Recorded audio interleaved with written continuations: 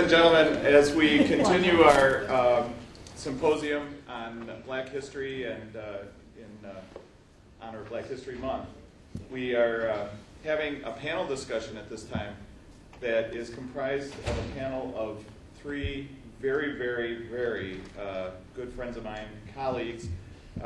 We have a retired faculty member who came back to join us for this discussion, Mrs. Gertrude Kroom. And I hope some of you remember her. And then we have two long-standing members of our history department, Mr. Roger Schlosser and Ms. Dorothy Mapes. And so welcome all of you, and let's welcome them. And at this point, we wanted to reflect back on the civil rights movement and some of the times during the 60s, which were very interesting indeed. And we have some people that have some both individual experiences and shared experiences that they're going to talk to you about. So, folks, thank you very much. Well, see, it put me on the spot. Good afternoon, everybody. Good to be back. Good to see all of you. It's good to have been asked to come back. Now, sometimes that's the thing when you leave, you say, well, good, she's gone, you know, one less to be bothered with. But it's good to be back here, and of all things, to know that my colleagues, and I still consider them to be colleagues, would honor me by having me to come back on this as they're kicking this off. I think this is tremendous.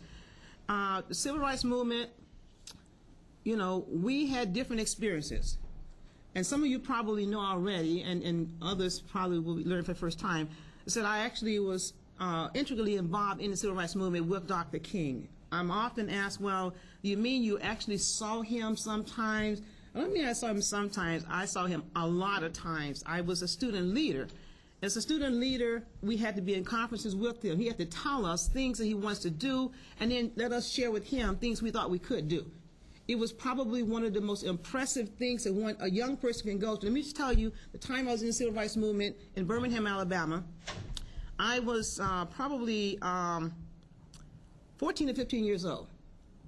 So this is a very young age. This is an age where you're saying, you know, do you really know where you're going? You know your left foot from your right foot, your hand, you know, you're just kind of awkward at that time.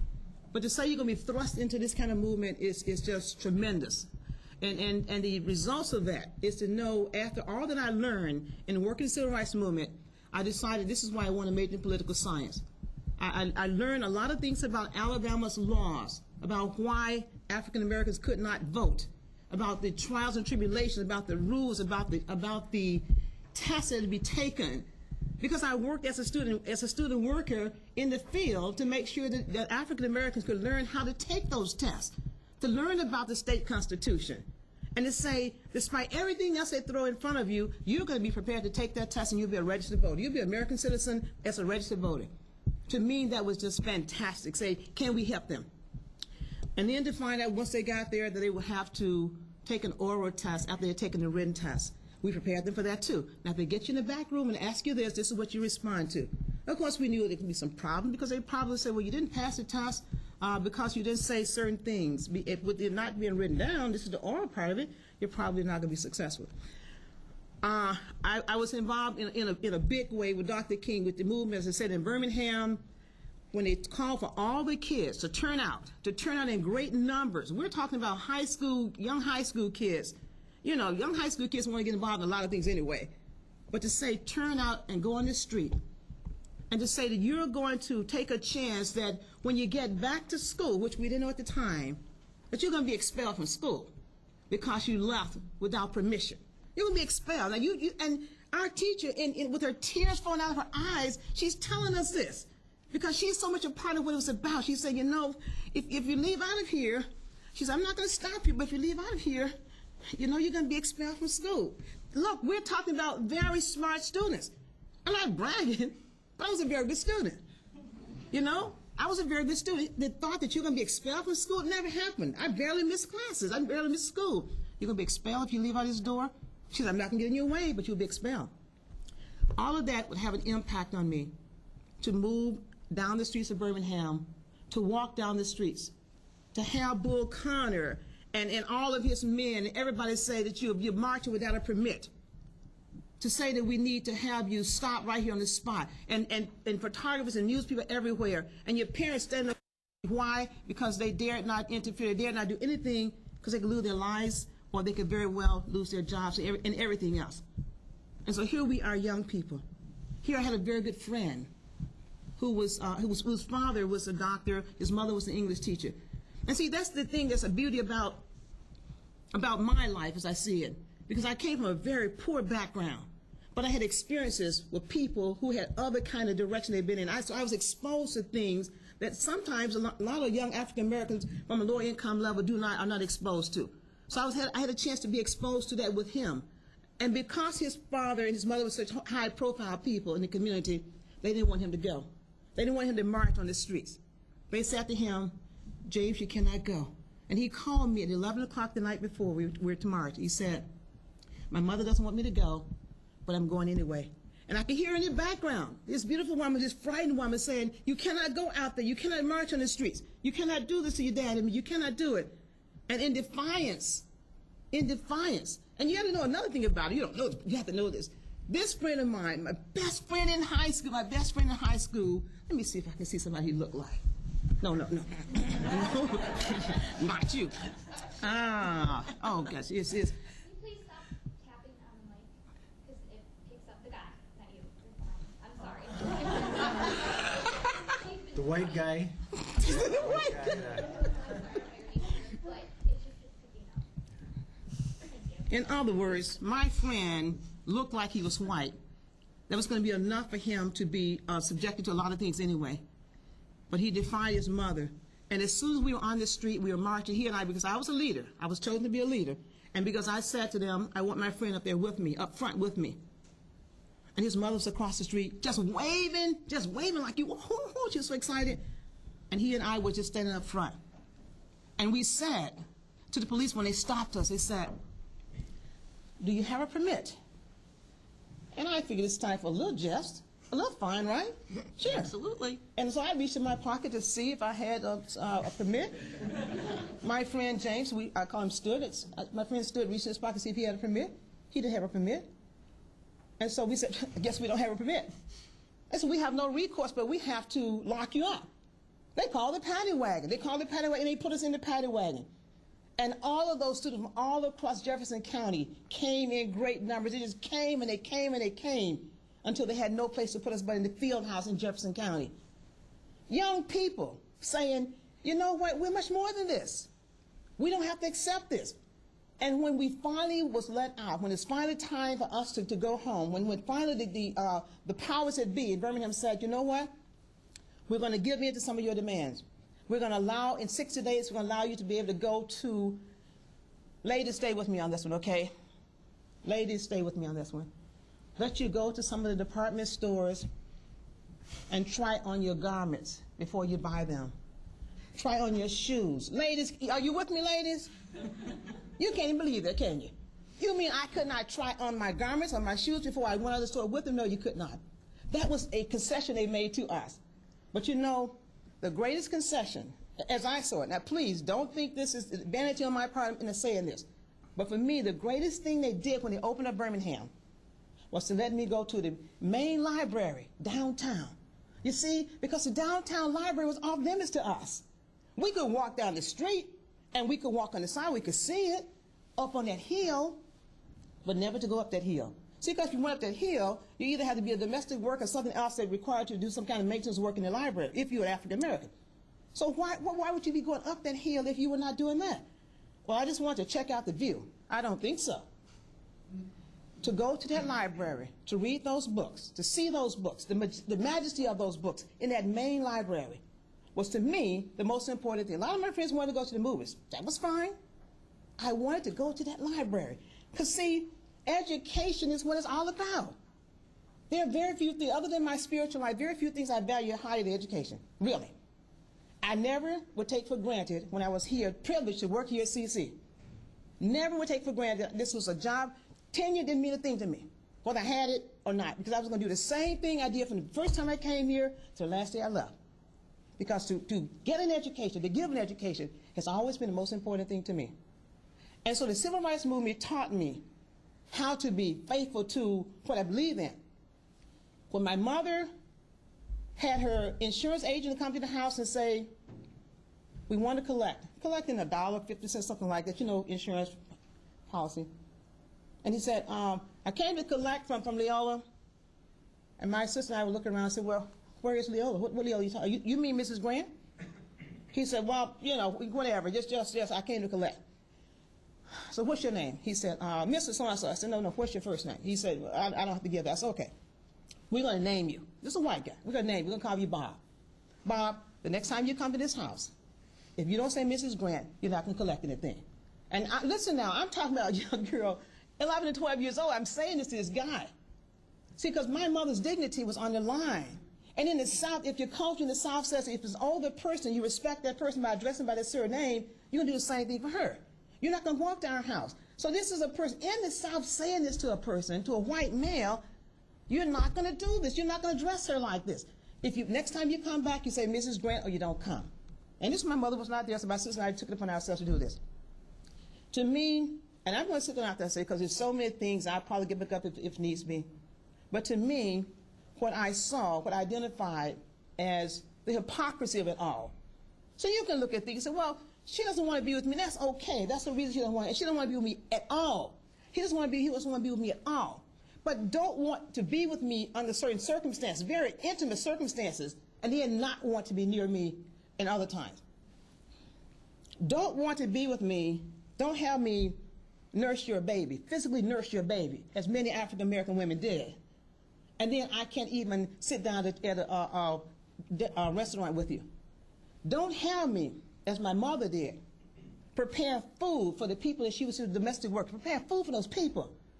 And then have the lady she worked for say, well, now, you know, Leola, when Dr. Taylor takes you home, I don't want you to sit in the front seat with him because it wouldn't look right. This is a woman who just left your house preparing your food, stirring your food, feeding your children, and she can't get in the car and sit in the front seat with her employer. What's up with that? That's the hypocrisy. How can you have a situation where you can nurse a baby, you can prepare food for a household, and then you can't sit in the front seat with them? You can't sit in the bus with them. The hypocrisy of it all. How can you make the garments that people are going to wear? I had a cousin who did that for a retail store. And yet she couldn't go in the store when it's time to purchase a garment and try it on. The hypocrisy. How can you say that, you know, if people need to try a little hard in your education, you're not measuring up, your IQs and other things are so low, and yet you will not allow me to have an education. You find all kinds of ways to keep me from getting an education, and yet you want me to measure up. You want me to measure up. And, you know, I guess I can accept a lot of things, but hypocrisy I can accept. Now, I always will say this to my students. If any in here remember this, you remember this well. I'm not going to ask you to do anything that I wouldn't do. I'm not going to ask you to turn in your paper at a particular time, and I'm not going to get them back to you at a particular time. I'm not going to do that. I believe that if you're going to avoid being a hypocrite, you do what makes sense. There are too many intelligent people in this country to know the things that we have done and we should have done differently. We could have done differently. But you know what? There is good news. And that good news, as I see it, I'll say more about it a little bit later, that good news, as I really see it, I've been studying it, it's a promise in Kalamazoo, Michigan. I think that's the good news. And I'll say more about it a little bit later.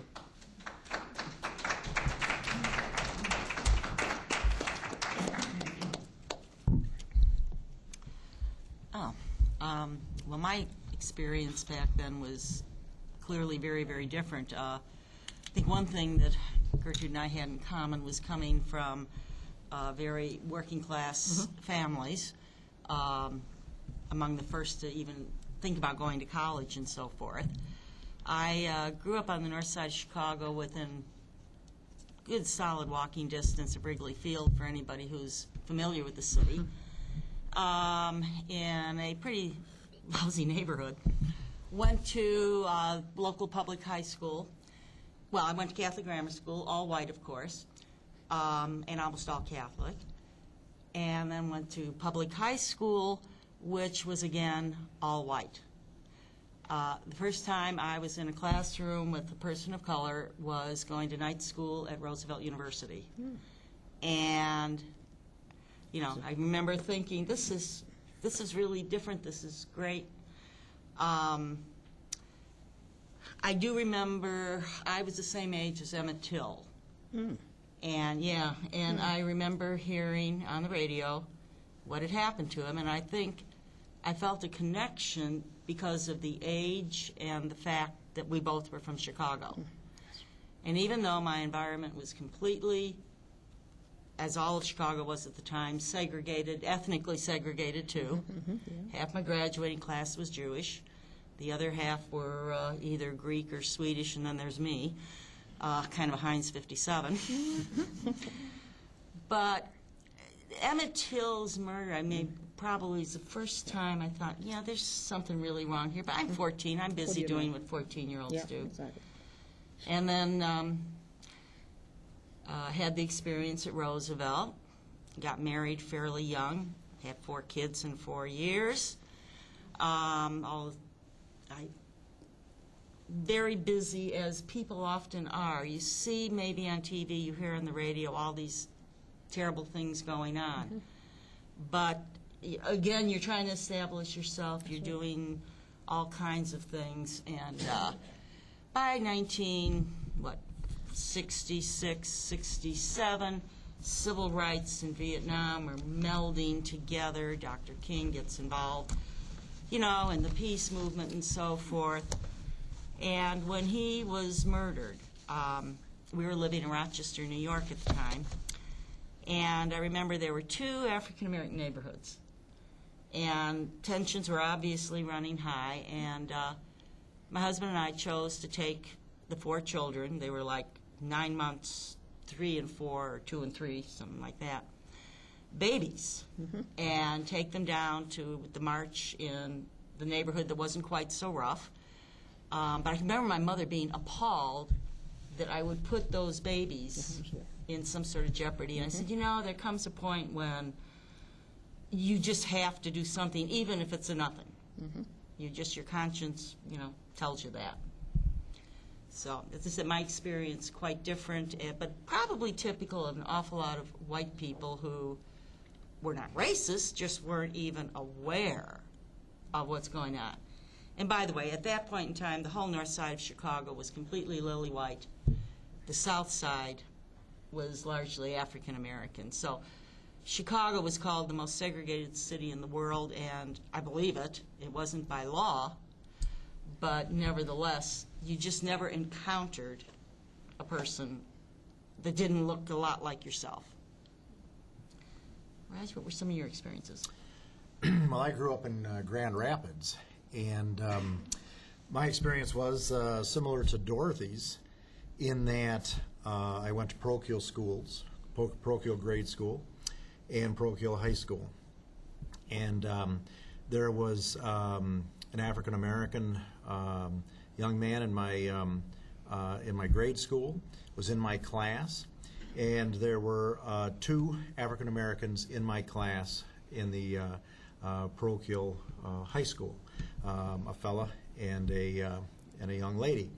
And I was relatively friendly with both of them. My background was German on my father's side, which was pretty straight-laced, and then my mother's family, many of whom lived in Chicago, were Irish. And so we were basically taught, my brothers and I were overwhelmingly raised more by my mother than my dad, that discrimination is bad, racial discrimination is an embarrassment. And so my experience was very, very positive, but very, very limited. And it was my first year in college in the fall of 1963 that there was going to be a march in Grand Rapids, Michigan. And the local assistant priest at my parish, got the youth group together, and he said, I really think that we ought to participate in this march. And it was a Sunday afternoon. And about half of the folks showed up, half didn't. And I didn't particularly pay attention as to who and if there were any excuses or whatever. But we marched from down Division Avenue from Franklin Street, which later on it was Martin Luther King Park there. It was just called, I believe, Franklin Park at the time. And we came up and we went down Monroe Avenue, which was still a street. And we went to the, it was called the Welsh Auditorium, or the Civic Auditorium at that time. And on the steps there were several speakers. And so I'm going to say it probably took maybe 3/4 of an hour. I would say there were probably 1,000 people that marched in. In Grand Rapids, for 1,000 people to be any place but in a church back in 1963 was pretty remarkable. And we had to hug the right-hand lane. And there were police cars in back and in front, and there were marshals then that kind of walked along the side. And then the traffic going south on Division had both lanes, and then going north, they could go past us, and they had to use that left-hand lane. And there was a lot of commenting that was coming from cars that were going by both ways. But I guess the thing that struck me the most was that I recognized someone driving a convertible with the top down, and this fellow was dating my cousin. And my cousin had graduated from Mount Mercy High School a year ahead of me here in Grand Rapids. It was a all-Catholic, all-girls school at the time. And as he went by, he threw out some things, and and I looked, and there, I mean, he verbally threw out something. It was amazing, and because I knew her background, and they were dating at this time. And the car disappeared, and when we got down about at Cherry Street, the car came back on the other side of the street, and I was hit by something, as were several other people, and the people in that car had gone someplace, must have been the pound, because what I was hit with was dog shit. And I remember, God, you got to be kidding me. And I remember I was just disgusted. And I remember the first thing I did when I got home was I called my cousin. And I said, you want to know something?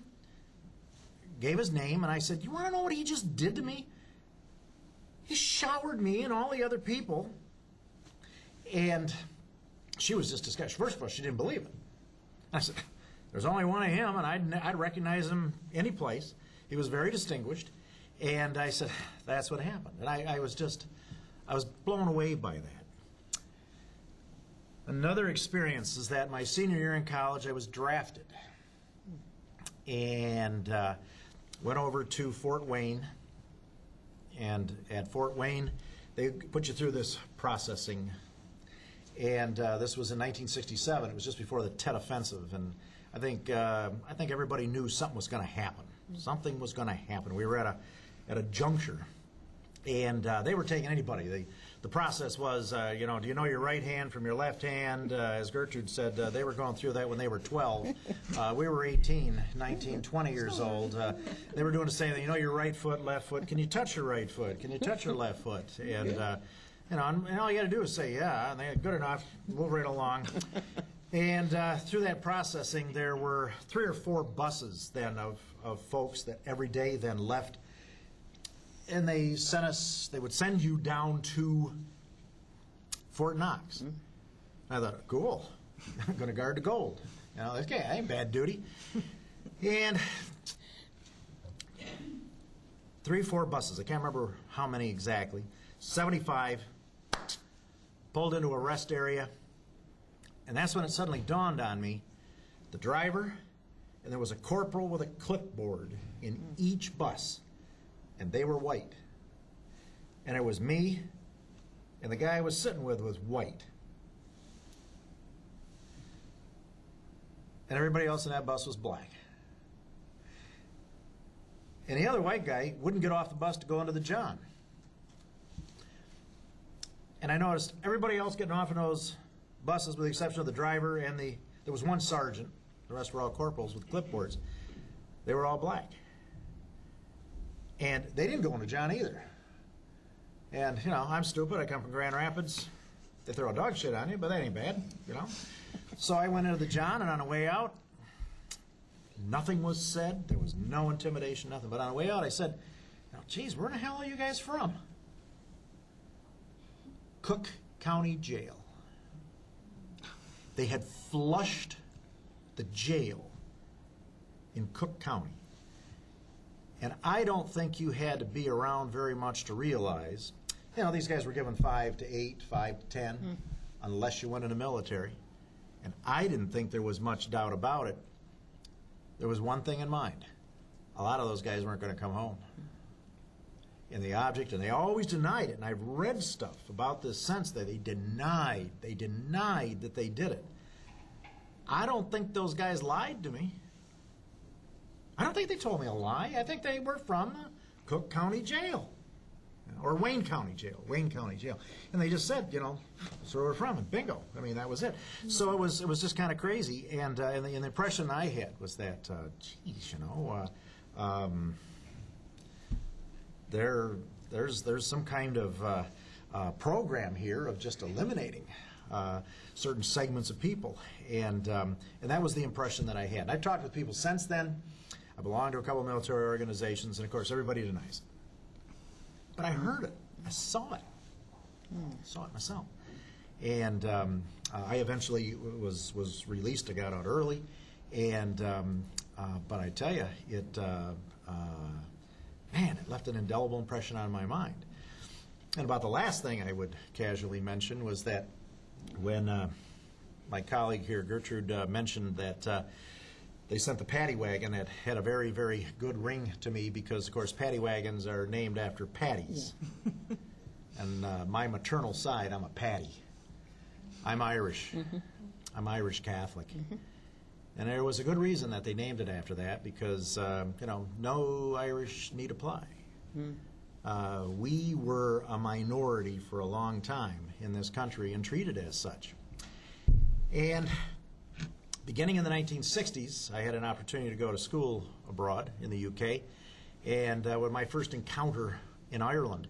And it was an exciting and a dangerous moment for it to take place because it was a moment when the civil rights movement exploded in the north of Ireland. And I've always taken a certain amount of pride, and a lot of people there have felt a kindredness with me because you can drive through parts of West Belfast, and on the gable endings, on the walls, there are pictures of African Americans. There are pictures of blacks. There's Mandela's pictures up there because the civil rights movement that we know as the Troubles in the north of Ireland were in fact modeled on the television and news programs that Catholics in West Belfast that were discriminated against in housing, in jobs, and in active participation in voting and government. They modeled it on the civil rights movement that they saw people like Gertrude spearheading, and it ignited a world. I mean, we look at it, very parochially here in Grand Rapids, or we can say, well, in the South, in Chicago, but the fact of the matter is that it ignited something which, and from South Africa to Ireland, it was raced right around the globe.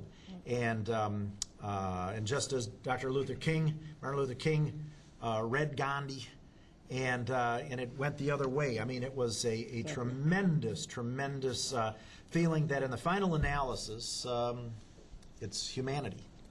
And I'd said here the other day at one of the presentations, the good side and the bad side of all of this is that we're just stupid humans. And it's amazing how ignorant and foolish and stubborn we are. But I also would have a little encouragement. And the encouragement I have is that I think that in some ways, gosh, things haven't changed. It's still there. Jeez, it's still there. But I'd like to think that, and I'm a minority up here because I'm a guy. But, I came out of a system that it would have been very, very easy to have stayed a white guy. And I think maybe because of my Irish background, maybe because of just the people that I had encountered, maybe it was because somebody threw shit on me. I no longer felt like I was just a white guy. I felt that, damn, this is the most degrading thing that I could imagine. And it gave me just a glint of what it must be like for a lot of other people. And I was very fortunate, and I am still fortunate, because I'm a white male in the United States. And if you think that doesn't make a difference, you're crazier than hell. It does make a difference. But I also want you to know, it is also, I'm not embarrassed, I'm not ashamed. But I tell you, I think it gives a certain burden that people with any sense of conscientious conscience have to take into account. And I would like to think that if it's just one bald, fat, white guy that can admit, yeah, you know, for just one instant in one particular march, I sensed it. Damn. And it was filthy. Then, at least, I didn't make it to the mountain, but man, I want you to know I've been to the kennel, and I didn't like it. I didn't like it one damn bit.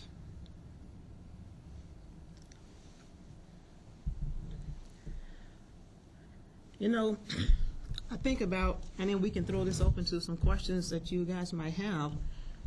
Very often we say things about our relationships with people of different, I often say different persuasion, and sometimes we make statements like, well, it doesn't make any difference. Sure, I know I'm African American, Dorothy knows I am, Roger knows I am, but you know what?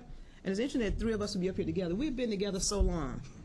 We have been, when Dorothy and I get together, honestly, and we talk politics so much, we have never really thought about, I'm black and she's white. I mean, when it gets to that point, seriously speaking, when it gets to that point where you don't even think about that, how good can that be?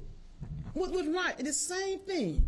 And at times I've been so angry with him, I could just wring his neck. You know, really.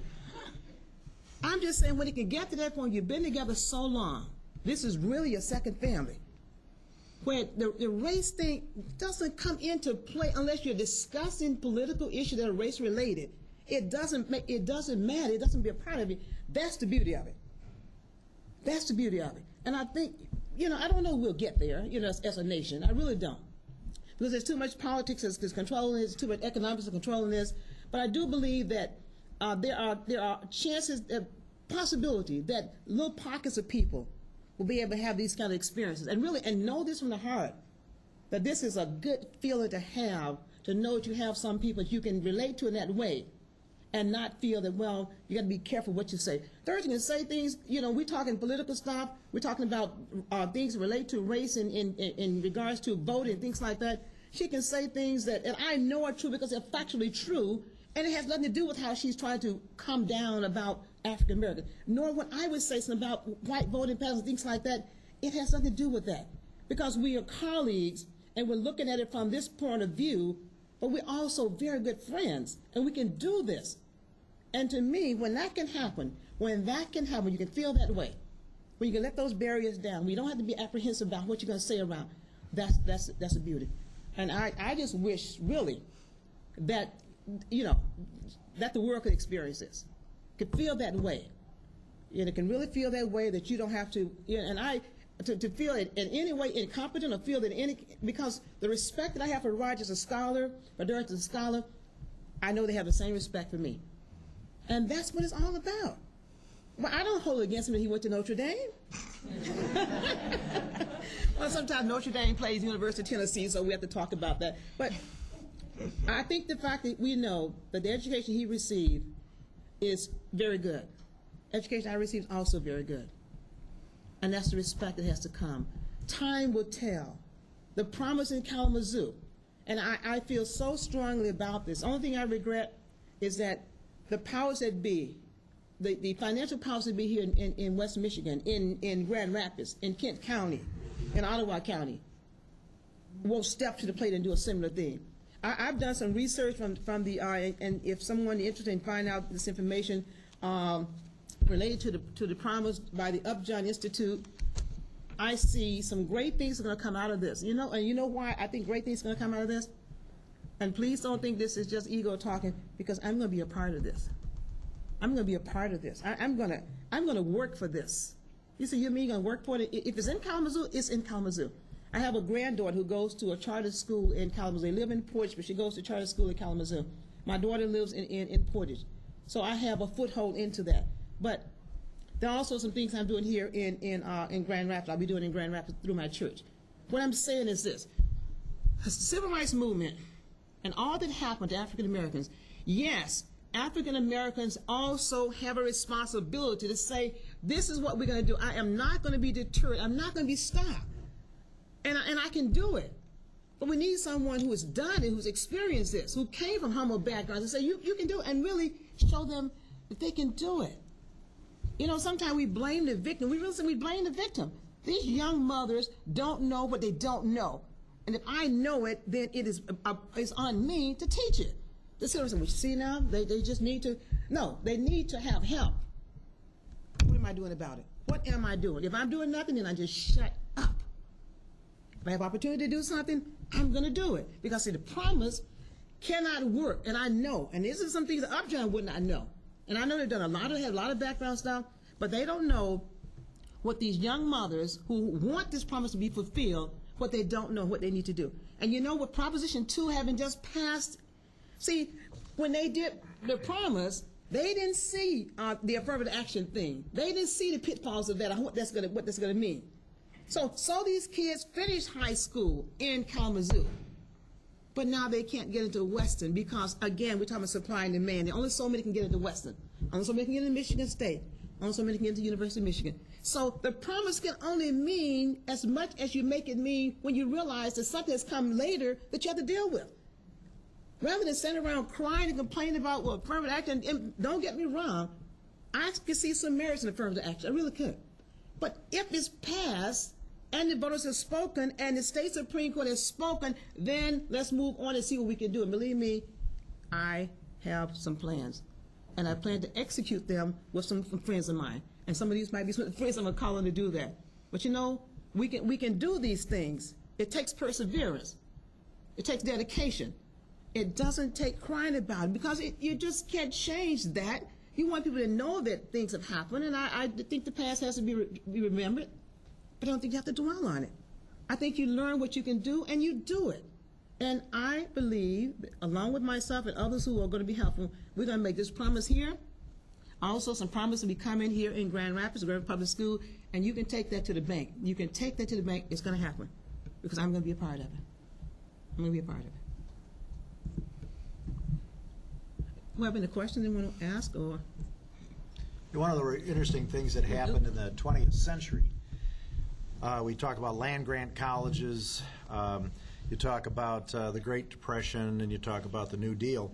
But probably one of the greatest things, and a few of you that teach political science and history will recognize the name of this, it was the Serviceman's Readjustment Bill of 1944. You will recognize it as the GI Bill. But the official name, true, Mike, Keith, was the Serviceman's Readjustment. Hutchins, who was the president of the University of Chicago, said, if that bill goes through, it will be the demise of the university system. And just the reverse happened, because the GI Bill put tens of thousands of GIs into higher ed that would have never had an opportunity. It created the middle class in this country. sure did. It created housing. What we always hear about in that bill is education. It allowed people that would have never owned a house to own a house. We went from renters to homeowners. I don't think you got to be a wizard to figure out, what if they did the same thing in the United States? I called you the other day and left a message because there was the debate on after Virginia legislature apologized. What if there was actually some teeth in addressing the problem of discrimination where there was something like a GI Bill. Number one, it would create houses for people that would never be able to afford it, brand new houses. And secondly, it would provide education that would bring us to a new milestone in our history. And I just find it amazing that many of the people that sit in Washington today are the products of that legislation. And why in the hell can't they look over their shoulder and say, what a difference it made?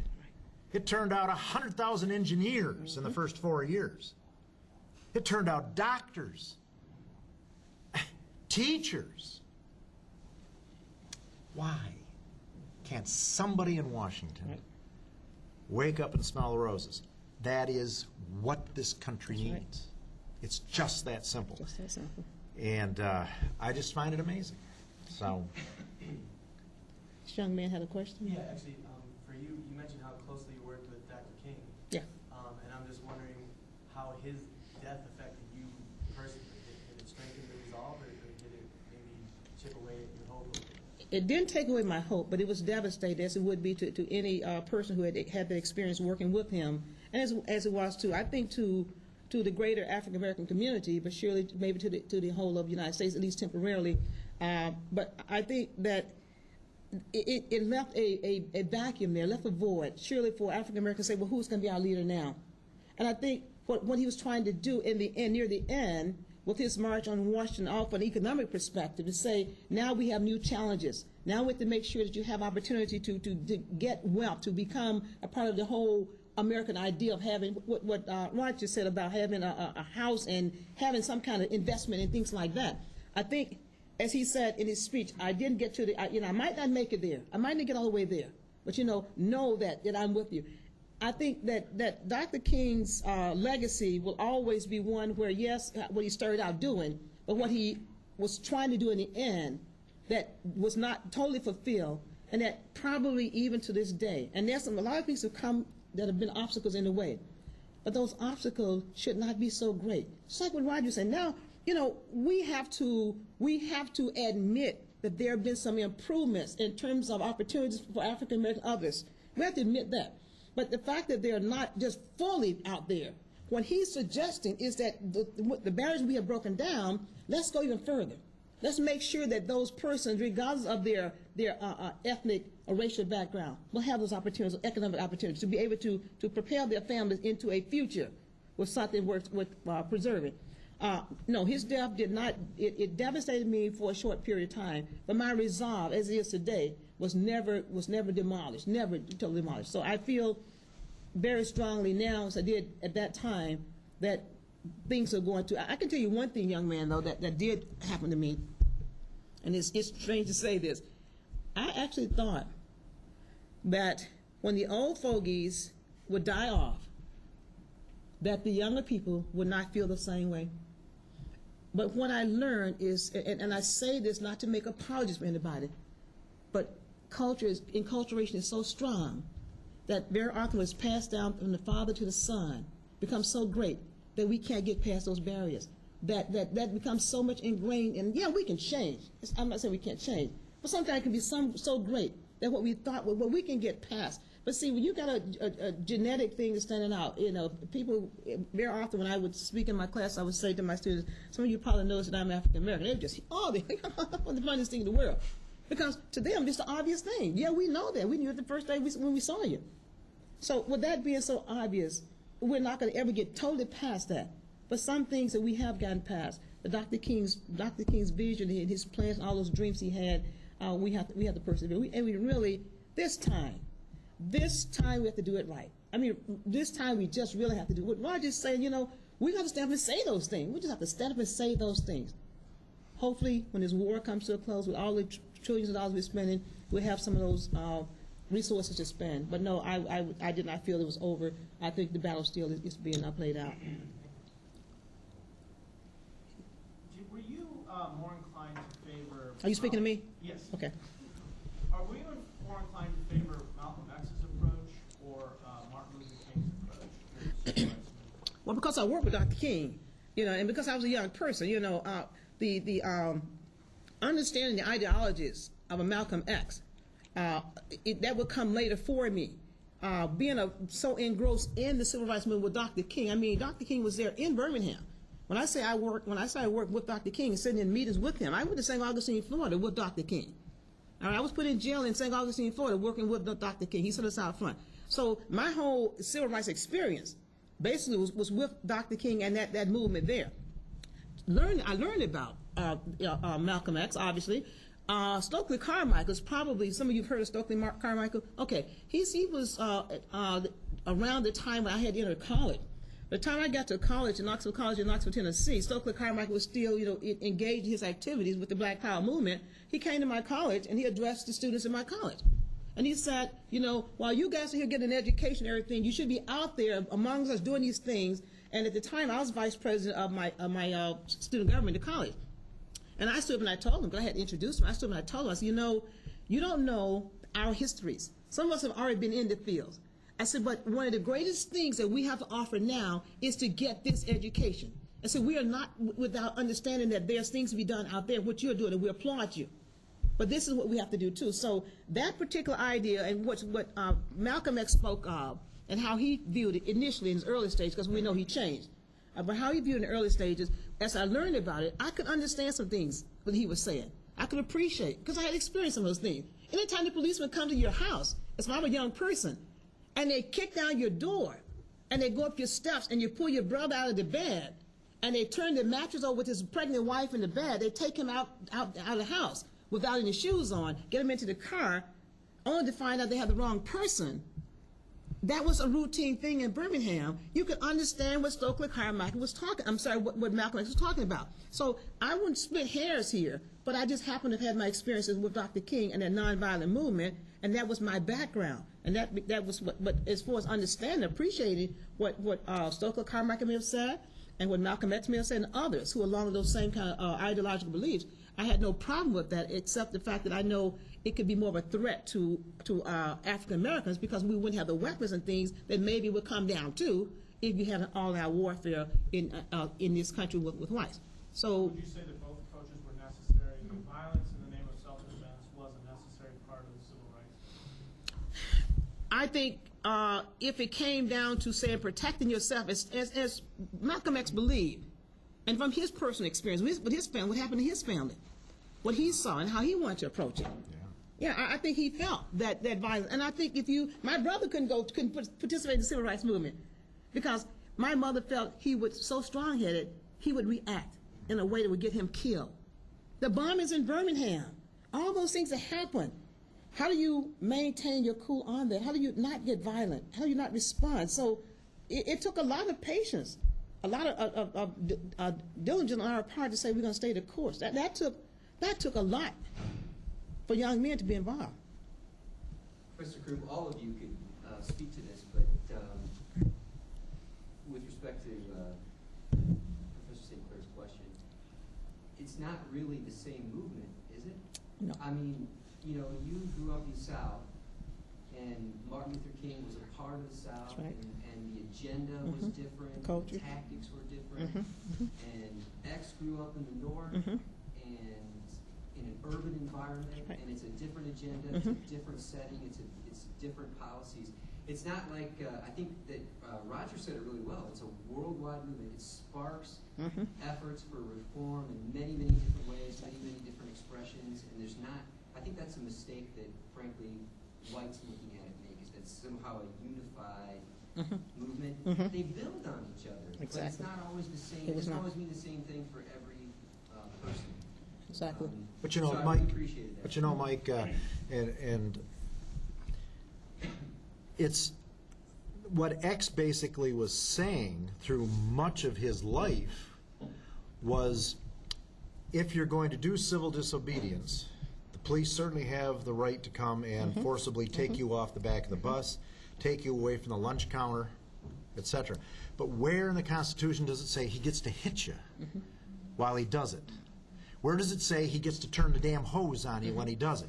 Where does it say he gets to turn the damn dog on you when you do it? Where does it say he gets to shoot just into your house just for the hell of it? And what X simply said was, if he comes to arrest you, that's one thing. But if he turns the dog on you, turn your dog on him. If he shoots into your house, shoot back. what X said was a basic principle of American law: equal force. The cops have got to follow laws the same way as the people. If the people break them, even civil disobedience, they can expect to be arrested. But where does it say the cop gets to hit you a couple of times? He gets to turn the damn trudgeon on you. It doesn't. It just doesn't. And I think basically X, he was a man in a man's jungle. And the civil rights movement in the north of Ireland said the same thing. Danny Morrison stood up and he had a ballot in one hand and an arm of light in the other, and he said, will anyone at this Ardèche criticize me if I plan to take power in the north of Ireland through the ballot box and the bullet? And he got a standing ovation because he, I think, amalgamated what was taking place in the United States. And let's face it, you can have the nicest people in the world making the most common sense, and there's nothing so uncommon as common sense. And unfortunately, it doesn't get you very far. But you have somebody that comes in and raises their voice. And for some people, just to raise your voice is an act of violence. But you get people's attention. And I think the movement needed, they needed both the right hand and the left hand. Exactly. No And question a lot about of it. it's symbolism, too. Oh, The a lot of it's Black Power, ritual. Stand up for yourself. Yeah. It's ritual. You know, when the Black Panthers marched into the state legislature. Oh, They yeah. didn't shoot anybody, but they carried their guns in. You know, it's a statement. Yes. The whole idea of there being a lot of violence associated. Yeah, there are riots, and we still have these problems today, and there's still the potential for violence. But so much of it was about pride and power and being proud of who you are and standing on your own 2 feet. We focus way too much, I think, on the violent part of it. You know, even in the end, Malcolm X said that he and King were not too far apart. That's exactly No, right. no, they exactly weren't. right. They weren't. Yeah. That's right. They weren't. They were the right hand and the left hand of that movement. And it was necessary. It had, and actually another reason why it had to be, because what it did, it made what Dr. King was trying to do a little more acceptable to those powers who at first were rejecting him. It's like, where did this radical person come from? Well, when Malcolm X came on the scene, said, okay, Dr. King, well, let's just kind of, now what were you saying here? You know, so that kind of, that attention got that attention, and wait a minute, maybe we better listen to this guy. Maybe we better sit down at the table and talk with him. Maybe we better open up a few of these things, and not asking for much. But if this guy is unleashed, if the greater African-American population begins to go with him, where will we be as a nation and with the world looking on? The world is looking on while we are battling this thing out, while we say that you can't come in, you can't do this just because you are, I know it's like just because we have a history of slavery. And as, talking about reparation, all those kinds of things, we still are in a state of turmoil over that. We can't deal with that. And it seems simple enough to say, let's admit that, but it's not that easy, because it means we have to look at our soul as a nation. We have to look at our souls, and we're not quite ready to look at our soul. And we have to admit a lot of things, and and we don't want to admit. So what we do is we put things out there whenever we can to show that the slavery was justified, the discrimination was justified. Well, look at we got the test scores back from this school, and let's look at how the schools in Grand Rapids did. Please, they're still not up to par. Let's look at, this is why I say, well, this Kalamazoo premise, and I haven't gotten these people yet, because I'm busy working on other things. But I will be very much involved in being a part of this, because I know you look at this, you begin to evaluate this 10, 15 years down the road, and you wonder, well, why did it fail? Why you only had this percentage of students that went to Western, went to Michigan State, and then you said, well, they just couldn't get in. They maybe just said, well, please, there are other things that need to be done. If we're saying that we're going to base it on ACT and SAT, we're going to look at other things. And believe me, the other things we're going to look at. But I do believe that this country has come to the point now, and I just feel it. Maybe I feel it because I'm retired, because I'm a little more rested. You know what I mean? Maybe I feel it. Yeah, oh no. But I just feel it. I believe it can happen, and I believe there's a role that everybody can play. And I think that we can't drop the ball. Just tell a friend of mine in the office a few minutes ago, we cannot drop the ball. We cannot just start it and then let it stop.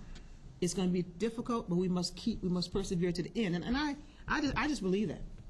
I believe it can happen. And I believe that some people are going to be unnerved by it. Just like reading stuff about the Kalamazoo Promise, and in terms of what some whites have said about, and what I love about this is that this city is about 20% African American, Kalamazoo is, and it's going to be a great opportunity. But those they chose that city. They could have chosen some other place because the people I'm sure who are behind, they haven't identified all of them. They could have easily chosen Portage or some other smaller place which has fewer problems, other things like that. But they chose Kalamazoo, and so it gives them a sense of, well, it's not. It's 20% of the population being African American. That gives you a good sense that we can maybe do something, and without saying it's racial, without saying just a black city. But you're going to hit a lot of African Americans who are going to be affected by this. Could be affected by this. But there's still some things that need to be worked on that. So I'm telling you, I'm very optimistic. You will not see me feeling, no, I am very optimistic about what can happen, and I know things are going to happen, and I know people around here have good heart. I really believe that. But I've been a little disappointed in Grand Rapids because, like I just said about all the churches and things like that. And then to see, that Rosa Parks, I'm thinking, please, give me a break, folks. All I want is a half a break on this one. You can't name a square after Rosa Parks because she didn't live in Grand Rapids. Well, can we figure out? And Dr. King signed on the express. We can't do that because are you people real? And then you go just outside of Grand Rapids and you see these small communities with Dr. King's Boulevard, and you go other places. I'm thinking, what's with us? So we're going to have to work on some things, but you know what? I believe we can. And we keep a positive attitude about it. I think we can do it. I really believe that. In this republic, let's face it, this republic was based on inspiration, perspiration, and blood. Mm-hmm. Mm-hmm. There's no country in the world that was born strictly on thought. And I think this movement is the same thing. Exactly. And in this, let's face it, our country is young, it's new. That's right. And we're teenagers. And we're at an age where, sometimes you think with your head and sometimes you think with your guts. Mm-hmm. And that's who we are. I mean, that's what makes us Americans, but it's also what just makes us humans. And I think there are times you get upset and you do take a swing. I think there's other times where you sit down, you take the deep breath, and you say, all right, it's time. But I think, it's every country goes both ways. I think one other thing that's going to influence, I say, is one last thing, is that what Oprah Winfrey did in South Africa, and there's been a lot of criticism about what she did in South Africa, but you know what? If you get a chance to see it on Saturday night, they're going to repeat it, her thing with her incident in South Africa. But you look at those young ladies. That's going to be the future in terms of what, to show they're Africans. And when you say Africans have a lower IQ than African Americans, you got to look at those young ladies. And I'm telling you, I'm impressed already.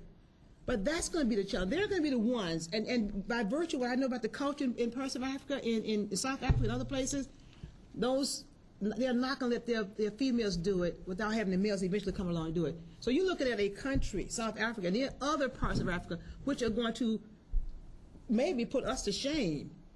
And and when we're put to shame, I believe we're put to shame in the United States, we begin to act.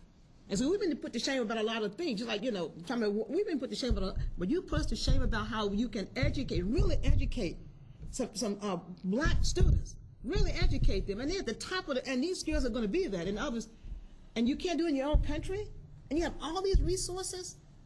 Yeah, I think we're in for some good things going to happen. It's going to show how it can be done. Oh, yeah, just be optimistic with me, folks. Stay with me on this one. This is going to be some good stuff. Look for it. Read it in the paper. Yeah. Okay. It's going to be good. Good one to end on. Okay. We have another presentation at 1:30 and 1:13 with Muslimah Muhammad. She's going to be reading some poetry. So I